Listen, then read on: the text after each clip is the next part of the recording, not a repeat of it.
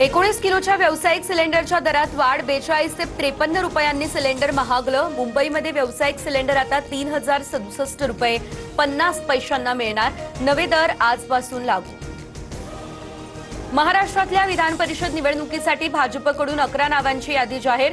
दिल्लीमध्ये केंद्रीय निवडणूक समितीच्या बैठकीत उमेदवारांच्या नावांवर शिक्कामोर्तब। भाजपकडून अहिल्यानगरमधून प्राजक्त तनपुरे तर संभाजीनगर जालन्यातून सुहास शिरसाट उमेदवार। जळगाव विधान परिषदेसाठी भाजपकडून नंदकिशोर महाजनांना उमेदवारी जाहीर।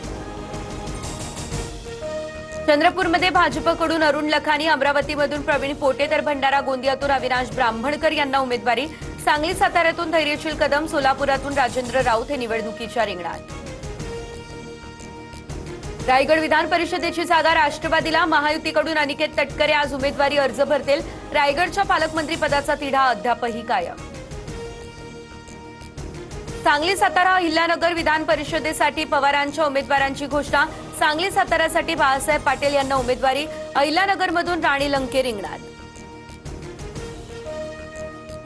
शिंदेंच्या शिवसेनेचे खासदार असलेले संदीपान भुमरे यांच्या घरी चोरी। कंपाऊंडमधून चोरट्यांनी मोबाईल पळवला अशी माहिती। दोन्ही चोरटे सीसीटीव्ही फुटेजमध्ये कैद। पुंडलिक नगर पोलीस ठाण्यामध्ये गुन्हा देखील दाखल।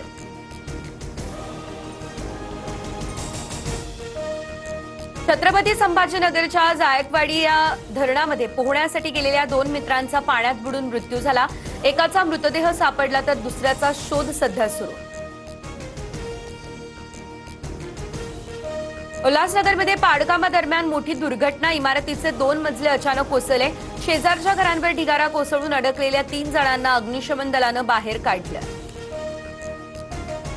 नागपूरमध्ये 4 कोटी रुपयांचे 3.5 किलो एमडी ड्रग्ज जप्त। अप्पलवाडी भागातील फ्लॅटमध्ये कारवाई। 1 आरोपी अटकेत। मुख्य सूत्रधाराचा पोलिसांकडून शोध सुरू। साताऱ्यातील कोयना धरणाची पाणी पातळी ही कमालीची घटली। जलाशयाचे बॅकवॉटर ओसाड। 60 वर्षांपूर्वी पाण्याखाली गेलेल्या जुन्या बामणोली गावाचे अवशेष आले समोर। कोयना धरणाच्या निर्मितीनंतर या गावाचं स्थलांतर केलेलं।